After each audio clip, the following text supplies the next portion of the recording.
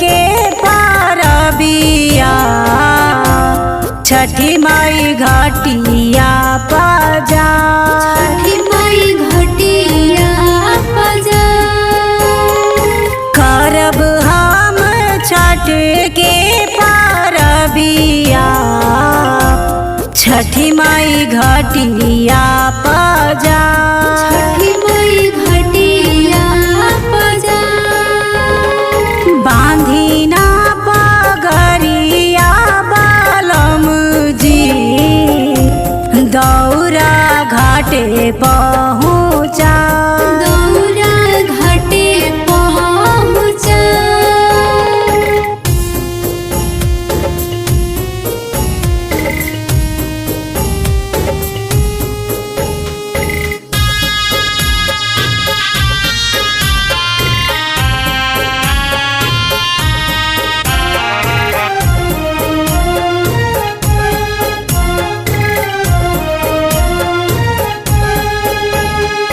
जोड़े जोड़े फलवाले आवाजा बजरिया कोसी ले लिहा माई के छोटे छोट दियरिया।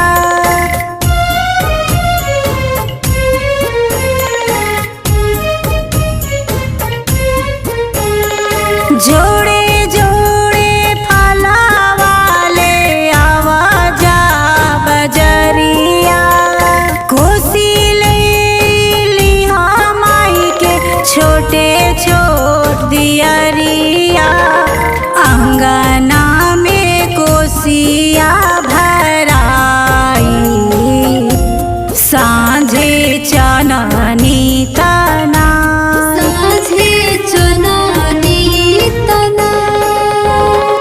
बांधी ना पगरिया बालम जी दौरा घाटे पहुँचा। दौरा घाटे पहुँचा।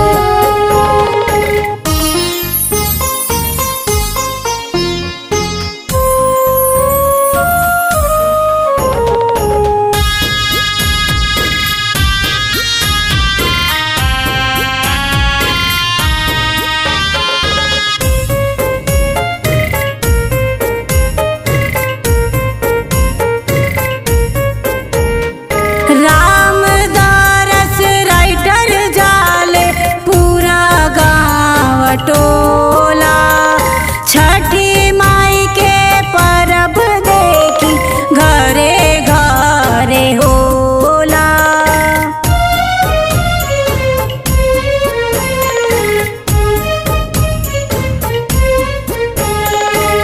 रामदास राइटर जाले पूरा गाँव टोला छठी माई के परब देखी घरे घरे होला।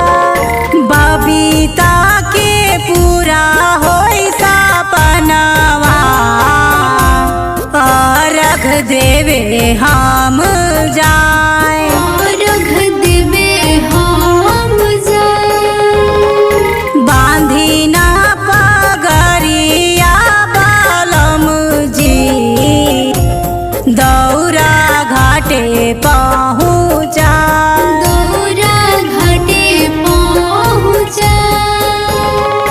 करब हम छठ के परबिया छठी माई घटिया पजा।